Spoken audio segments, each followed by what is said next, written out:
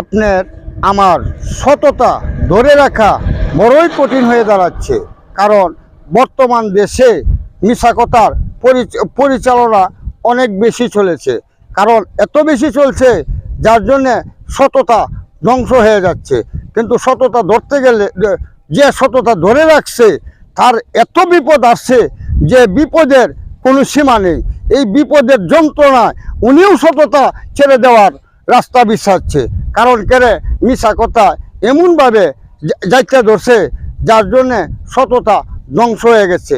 তাহলে এই সততা কবে আসবে সেটা আপনার আমি জানি না, কিন্তু সততার জন্যে এই বাংলাদেশের প্রত্যেকটা আলেম মৌলানারা সবসময় খালি সততা ধরে রাখার জন্যে চেষ্টা করছে, কিন্তু এখন পর্যন্ত সততা ধরে রাখতে পারে নাই। কিন্তু সততা আস্তে আস্তে ধ্বংসই হয়ে গেছে, মিথ্যা কথা অনেক বেশি বাইরে গেছে। এটা আপনাদের কাছে আমি বলতে চাই। কিন্তু একটা জিনিস মনে রাখবেন, সততা যতই ধ্বংস হোক আল্লাহ তাআলা কিন্তু সেই সততার